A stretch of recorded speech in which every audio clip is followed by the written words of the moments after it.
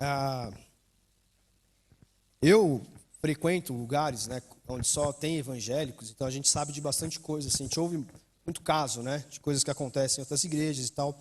A gente vê algumas coisas, né. É, Então, eu sou, assim, um pouco crítico às vezes, né, crítico analítico, assim, eu fico vendo as coisas e falando, enfim, isso não está certo, né. E olhando para a igreja evangélica brasileira, o que nós podemos perceber é que, por muitas e muitas décadas, a igreja evangélica do Brasil, a gente deve falar daqui, porque é aqui que eu estou, que nós estamos, ela se esqueceu do que é ser genuinamente igreja. Ela deixou um pouco de lado, ela começou a prestar atenção em algumas coisas que não são efetivamente ser igreja, né?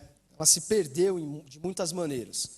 Então, a gente percebe que muitas igrejas se perderam em devaneios sentimentais, então vive um evangelho sentimentalista. A igreja, o que eu estou querendo dizer quando eu vou falar sobre a igreja aqui rapidamente?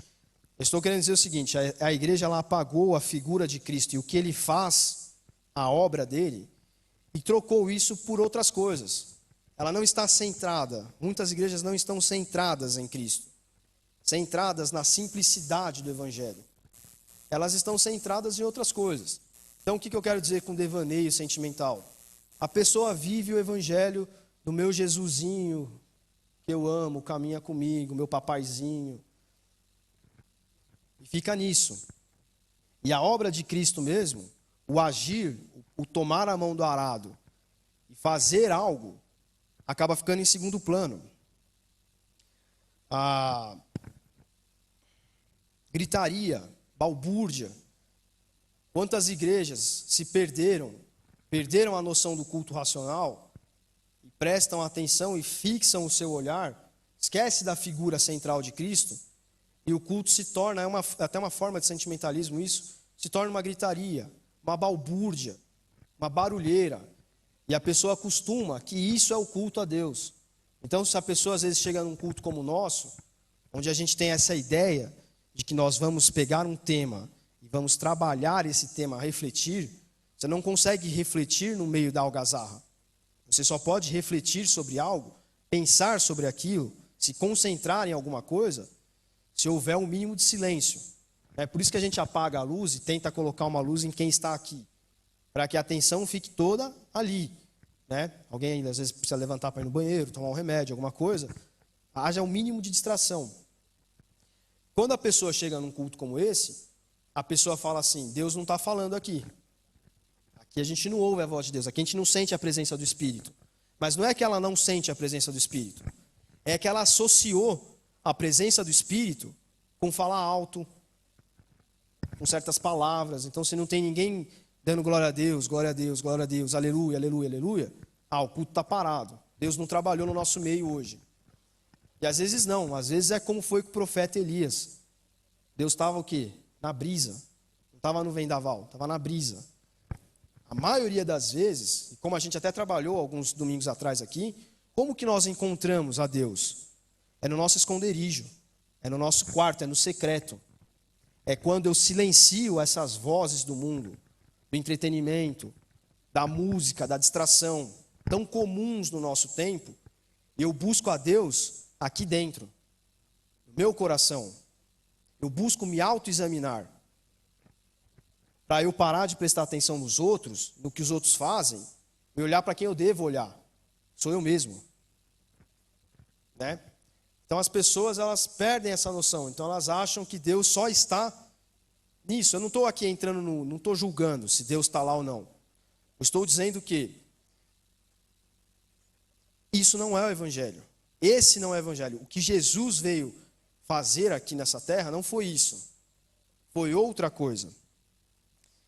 A igreja se distraiu com questões extremamente secundárias, né? Como eu estava dizendo agora. A igreja se distraiu e ela começou a achar que existem os santos dentro da igreja. Santos que sobem monte, que falam em língua, que isso, que aquilo. e que por isso tem o direito de fiscalizar a vida alheia, fiscalizar o que você publica no seu Facebook, fiscalizar seu modo de vida. Isso não compete a nós. E o que isso gera? Quando nós começamos a ter figuras quase que beatificadas, logo nós que condenamos tanto a idolatria, por exemplo, do catolicismo, começamos a ter, não, o irmão ali é o irmão de oração. O irmão ali, ele é, eu estou apontando, não estou apontando para ninguém, claro, mas o irmão ali, ele ele tem a revelação, ele é profeta. E aí essas pessoas, o que nós começamos a cultivar na igreja? O orgulho, a vaidade, os ciúmes, né? Que são pecados muito piores são muito piores do que os pecados que nós podemos ver. Via de regra, essas pessoas, as pessoas que apontam os dedos para os seus irmãos, a gente vai ver daqui a pouco como isso é destrutivo para a igreja, que isso quebra algo chamado fraternidade, que é extremamente necessário para que a igreja caminhe coesa e propague o evangelho. Mas, via de regra, essas pessoas condenam pecados que elas podem ver. Então, condena o irmão que tem algum problema com bebida, com algum tipo de vício qualquer, enfim, fica ali cavocando pecados na vida das pessoas, para saber, aquele tem problema com, a pretexto, né, de confessar os seus pecados uns aos outros, de discipular, acaba cultivando pecados, né, esse tem problema com pornografia, com não sei o quê, coisas que são da pessoa, mas está dominada justamente por esses pecados, orgulho, vaidade, etc., ciúmes, né, isso gera, enfim, falatório dentro da igreja, né, panelinha, divisão, isso vai quebrando a unidade da igreja. Né, eu estou falando de tudo isso porque isso quebra a unidade da igreja. Eu separei um versículo aqui. Desculpa, antes disso. Então, como eu estava dizendo, a igreja ela é uma grande fraternidade. Pode já projetar para mim, por gentileza, Hebreus 10, 25. E o que é o conceito de fraternidade? O que é a ideia de fraternidade? Né? Pensa num pai que tem vários filhos, 10, 12 filhos mais, etc. Existe nessa família uma noção de autoridade. Existe alguém que manda ali. Existem os iguais, existe alguém que está acima. Quem está acima? O pai e a mãe. Os irmãos, eles são o quê? Uma fraternidade. Eles são iguais. Eles todos respondem perante ao pai da mesma forma. O pai, como que ele lida com os filhos? Ou deveria lidar, né? Uma família saudável. Ele lida sem fazer diferença entre um e o outro, corrigindo na medida do erro daquele filho. Isso não é fazer diferença, isso é corrigir na medida do erro. Esse erro foi menos grave, esse vai ser corrigido de uma forma. Esse erro foi mais grave, esse vai ser corrigido de outra forma. Tratando a todos de maneira igual. O que não pode haver nessa família, para que não haja fissura, rachadura? Não pode haver o elemento justamente do quê? Do ciúme. Olha, eu sou melhor do que você. Se esses filhos desafiam um pai, você tem uma quebra de autoridade. É um problema aí. Isso é o convívio em fraternidade. Eles se olham como iguais. Eles respondem para a mesma autoridade. Eles têm um mesmo pai. Quando eles se unem, eles trabalham junto e todo mundo cresce, todo mundo avança. Esse é o conceito de fraternidade, esse é o conceito central da igreja. Não pode haver espaço para distinção, para julgamento, para competitividade. Uma igreja que está dominada por isso é uma igreja problemática. Uma igreja onde as pessoas, uma família, vamos usar o exemplo da família, uma família onde os irmãos estão preocupados em apontar para o pai, vamos supor, os erros uns dos outros, é uma família que não caminha em unidade. É uma família que vai ser facilmente espalhada, vai viver cada um num canto. A família não foi feita para cada um viver sua vida. Ela foi feita para viver ali a sua individualidade na unidade, né? A individualidade na unidade. Isso é exatamente o que acontece com a igreja. E isso que eu estou falando é o conceito de fraternidade. É o conceito que está lá em Hebreus 10, 25. Hoje nós não temos um versículo do sermão. Nós temos vários que nós vamos trabalhar aqui, alguns que estão no PDF, que não vai ser colocado no grupo, porque agora a gente tem o aplicativo da igreja. Então, amanhã, a gente já vai ter lá publicado o vídeo, e esse PDF aqui, esse espelho, que eu estou me guiando aqui, também vai estar lá no aplicativo. Você pode acompanhar por lá, pode baixar se quiser ou não. Tá? Então, não vai para o grupo do WhatsApp dessa vez o PDF. Não deixemos de nos reunir como igreja, segundo o costume de alguns. Quer dizer, isso leva, a gente deduz que nessa época já existiam os desigrejados. Mas procuremos encorajar-nos uns aos outros. Ainda mais quando vocês veem, ou quando vocês virem, que se aproxima o dia. Isso aqui o autor lá em Hebreus está falando para os cristãos daquela região, para os cristãos hebreus. Para que eles não deixassem a reunião como igreja, como alguns já estavam fazendo, mas eles procurassem estar juntos e encorajar uns aos outros. O que é o encorajamento? O encorajamento é, eu sei que o irmão tem um problema, tem um pecado, tem uma dificuldade, enfim. A última coisa que eu tenho que fazer com esse irmão, as últimas coisas, é comentar com outra pessoa, ou julgar esse irmão, ou afastar esse irmão das atividades da igreja, do convívio da igreja. Porque se eu faço isso, como que eu vou encorajar ele a se manter firme, a viver em santidade? Ou seja, eu pequei, eu reconheço isso dentro de mim, eu faço o meu autoexame, eu tenho minha comunhão com Cristo, eu peço perdão, eu levanto e continuo e prossigo. E é essa a caminhada do cristão, a caminhada em santificação. Não é ser perfeito, mas é ter a noção de que nós vamos tropeçar e levantar, mas o importante é que estejamos caminhando, seguindo a cruz, caminhando em direção à cruz, em direção àquele que pode perdoar os pecados. Como que num ambiente desse haverá encorajamento? É ao contrário, nós precisamos estar todos unidos, cada qual com a sua fraqueza, com a sua dificuldade. Mas a igreja brasileira, muitas igrejas, têm falhado nisso, porque têm cultivado outras coisas. Isso é o quê? Isso é a centralidade da mensagem do Evangelho. Eu não sou nada, Jesus é tudo em mim. Eu não sou perfeito. Graças a Deus, não sou eu que vou perdoar o seu pecado, como até algumas igrejas acabam ensinando, Existe um pai espiritual, etc. Não, graças a Deus para você, porque eu não tenho poder nenhum, estou me usando como exemplo porque eu estou aqui. E graças a Deus para mim, porque eu não tenho essa responsabilidade. A responsabilidade é, cada um tome a sua cruz e siga-me. Cada um que, com as suas dificuldades, mantenha-se firme no caminho. Porque o próprio Jesus falou, tome a cruz e siga-me, mas ele também falou, eu não dou um fardo mais pesado do que você não possa carregar. Então, quando a igreja ela se distrai, se apega nessas coisas, esse conceito de fraternidade ele é quebrado. E a igreja deixa, então, de ser igreja. Ela deixa de ser a irmandade. Por isso que eu comecei falando sobre a família e expliquei por que nós somos irmãos. Nós temos um mesmo pai, nós pertencemos a uma família, a família de Deus. Nós somos como filhos adotivos. A distração nas igrejas com coisas secundárias. As igrejas acabaram se fechando em si próprias, com questões que não envolvem a demanda principal do Evangelho, que é Cristo e a redenção, o trabalho que Jesus fez na cruz. O Evangelho é muito simples, ele se resume a isso. Preocupam-se com discussões acadêmicas. Eu atendo o pessoal no WhatsApp do seminário e, claro, a pessoa vai para lá para estudar teologia.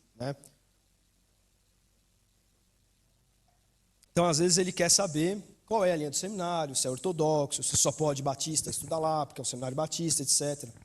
Mas é incrível como as pessoas são extremamente apegadas a discussões que eu não coloco nem como secundárias, eu coloco como terciárias, quaternárias, sei lá. Uma pessoa me perguntou outro dia, o seminário é calvinista? Eu falei, não é calvinista, nem arminiano. Nós estudamos o que são essas coisas. Mas, meu irmão, o tempo que a gente gasta discutindo isso em sala, você deixa de aprender. O tempo que a gente gasta com discussão acadêmica em igreja, a gente deixa de fazer o principal, pregar o Evangelho. A gente deixa de encorajar o nosso irmão.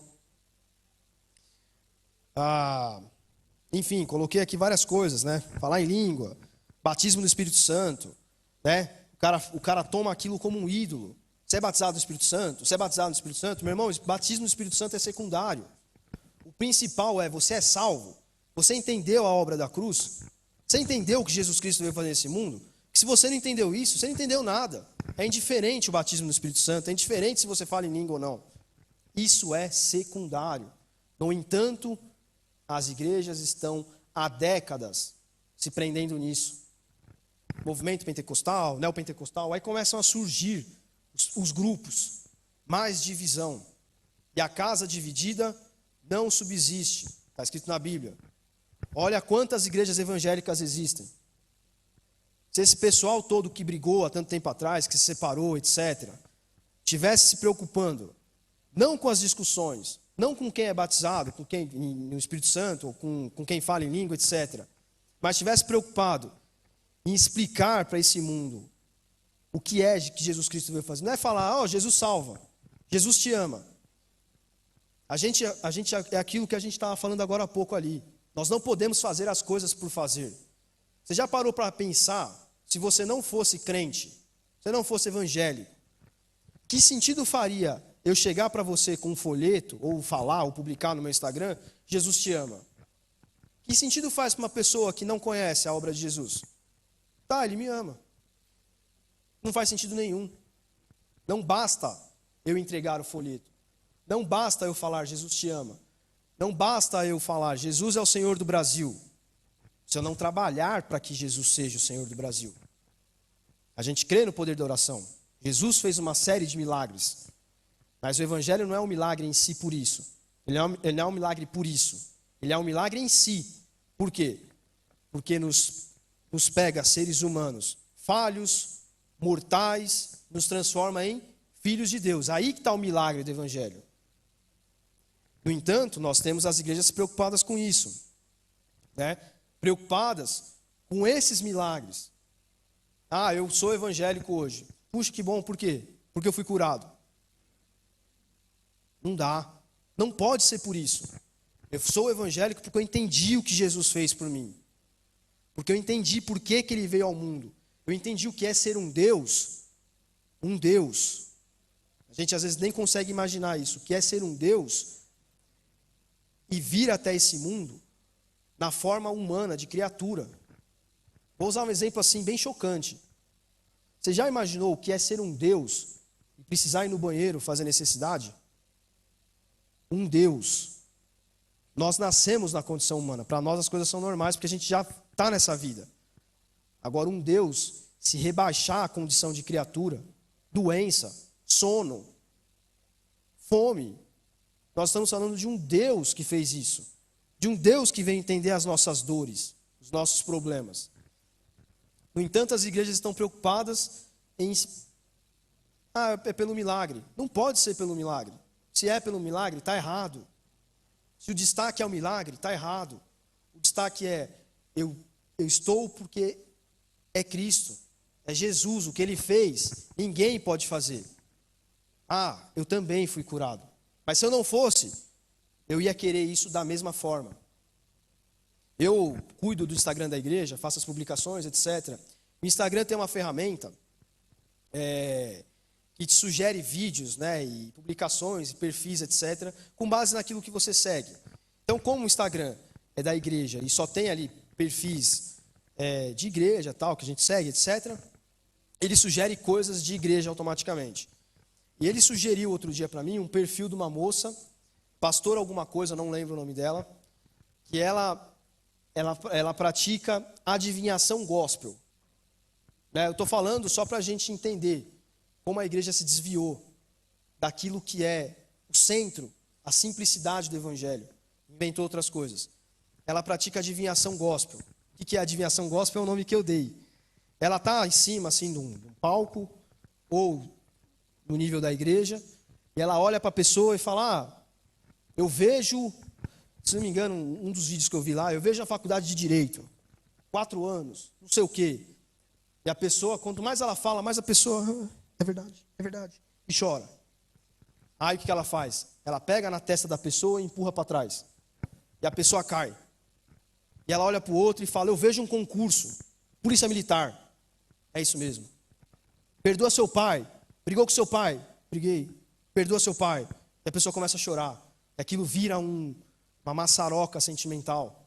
Porque às vezes o sujeito brigou com o pai mesmo. Às vezes ele já pediu desculpa, mas ele tem remorso. Como o evangelho não entrou na vida dele, ele não conseguiu perdoar a pessoa de verdade. Então toda vez que alguém fala, ou toda vez que ele vê um filme onde o pai briga com o filho, ele lembra daquilo. E volta tudo. Não foi totalmente curado. Mas a pessoa pratica esse tipo de coisa. Aí eu pergunto, quantas vezes você viu na Bíblia Jesus fazendo isso? Quantos pais da igreja fizeram isso na história? É o que eu estou querendo dizer. Não se fala em Jesus. O perfil dessa moça, por exemplo, ela tem 2 filhas, mas eu não vi marido, pastora de uma igreja, que eu não sei qual é, 65 mil seguidores. 65 mil pessoas vendo isso e achando que isso é o evangelho. Achando que chorar e que fazer adivinhação é Jesus. Jesus, ele tinha poder para tudo. Ele já sabia, quando trouxeram a mulher que ia ser apedrejada, os pecados dela. Ele não adivinhou nada. Ele não falou: pode parar. Vocês não vão apedrejar ela porque... Não. Ele esperou tudo acontecer. Ele foi simples. Ele não fez oração por ela, ele não empurrou ela, ele não praticou adivinhação gospel com ela. Ele falou: vai e não peques mais. O que isso quer dizer? Que ela não pecou mais? Não, quer dizer que ela pecou. Mas quer dizer que ela ia se lembrar daquelas palavras toda vez que ela errasse novamente. E ela ia pedir perdão e ia continuar. É a nossa vida, é o dilema humano. Então eu estou dando esse exemplo só para a gente entender. Estou dando vários exemplos aqui sobre o que não é ser igreja.